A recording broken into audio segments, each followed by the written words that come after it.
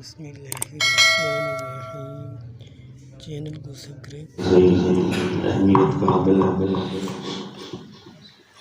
کل کے سبق کا آپ کو تھوڑا سا دہرائی کہ اللہ رب العزت نے 1,24,000 کم و بیش انبیاء بھیجے جن پر ہم سب کا ایمان لانا ضروری ہے،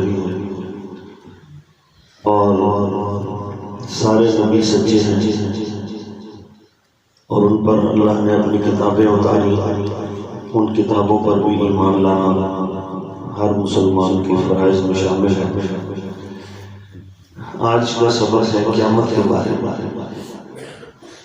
قیامت کا دن کس دن کو کہتے ہیں؟ قیامت کا دن اس دن کو کہتے ہیں جس دن تمام آدمی اور جاندار مر جائیں گے، تمام دنیا فنا ہو جائے گی، پہاڑ ہوئی کے گالوں کی طرح اڑتے پھریں گے، ستارے ٹوٹ کر گر جائیں گے، ہر چیز ٹوٹ ٹوٹ کر فنا ہو جائے گی۔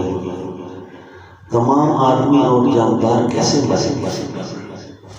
حضرت اسرافیل علیہ السلام سور پھونکیں گے جو ایک باجے کی شکل کا ہوگا، بڑے سینگ کی شکل کا، اس میں اتنی خوفناک آواز نکلے گی کہ کوئی بچ نہیں سکے گا۔ اتنی خوفناک آواز ہوگی، یوں سمجھیں کہ کلیجے اور دل اس کے پھٹ جائیں گے، اور کوئی زمین و آسمان میں ایسا جاندار نہیں بچے گا کہ جو اس سے بچ سکے۔ قیامت کب آئے گی؟ قیامت آنے والی ہے، لیکن اس کا ٹھیک وقت اللہ کے سوا کوئی نہیں جانتا۔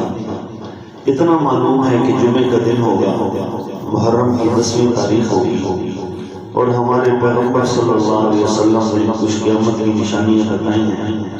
ان نشانیوں کو دیکھ کر قیامت کے قریب آنے کا علم ہو جاتا ہے، اور آپ ذرا دل کے کانوں سے سمجھیے کہ ابھی مزید ہمیں مہلت ہے کہ ہم کہیں ابھی بڑی دور ہے کیا ہو جائے۔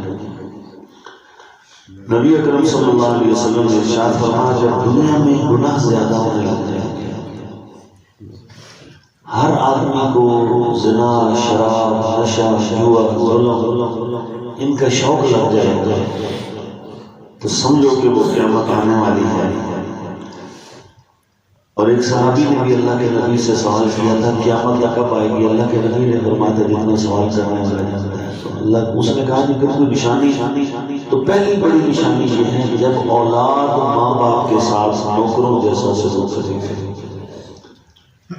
کون سا محلہ خاندان ایسا ہے جو اپنے والد کی ایسے عزت کرے جیسے استاد کی یا مرشد کی کرے؟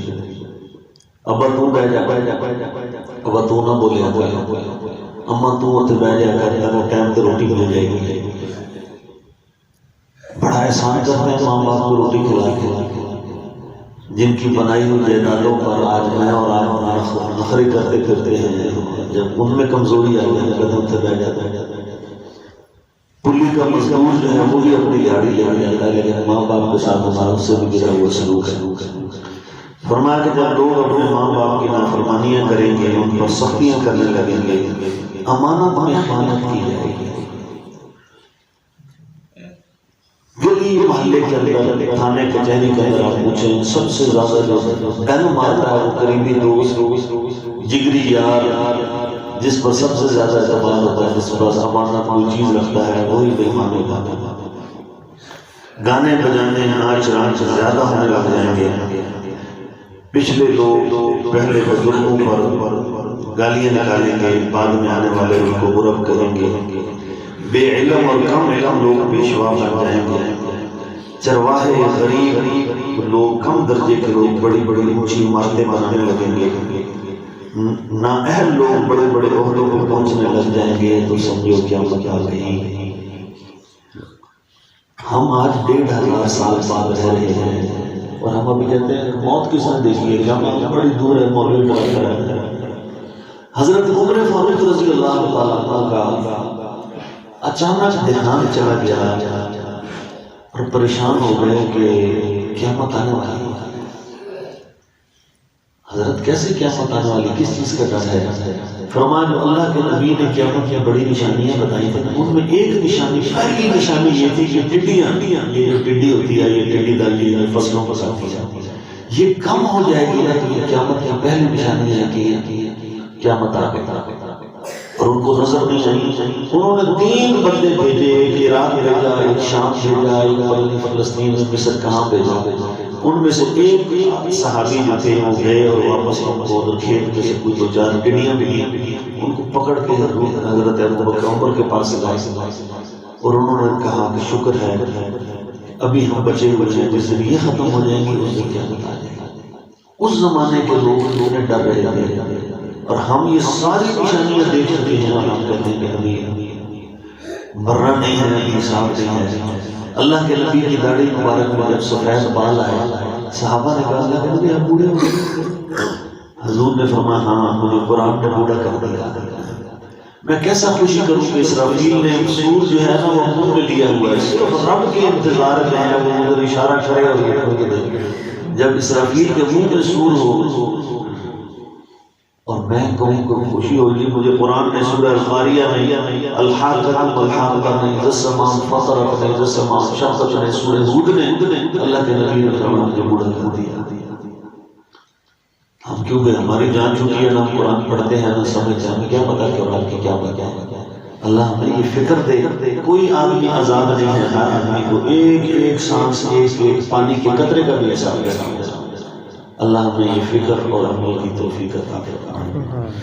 اللهم صل على سيدنا محمد وعلى آل سيدنا محمد وبارك وسلم عليه. ربنا آتنا في الدنيا حسنة وفي الآخرة حسنة وقنا عذاب النار. ربنا لا تزغ قلوبنا بعد إذ هديتنا وهب لنا من لدنك رحمة إنك أنت الوهاب. ربنا إنك جامع الناس ليوم لا ريب فيه إن الله لا يخلف الميعاد. اے اللہ ہماری نماز فجر کو قبول فرما، 5 وقت اپنی بارگاہ میں حاضر ہونے کی توفیق عطا فرما. اے اللہ ہمارے کبیرہ صغیرہ گناہوں کو معاف فرما، ایمان کی زندگی ایمان پر خاتمہ نصیب فرما. جتنے بیمار ہیں گھروں میں اسپتالوں میں سب کو شفا کاملہ عطا فرما. جتنے پریشان حال ہیں سب کی پریشانی دور فرما. صلی اللہ تعالی علی خیر خلقہ محمد و آلہ وصحبہ اجمعین. آمین.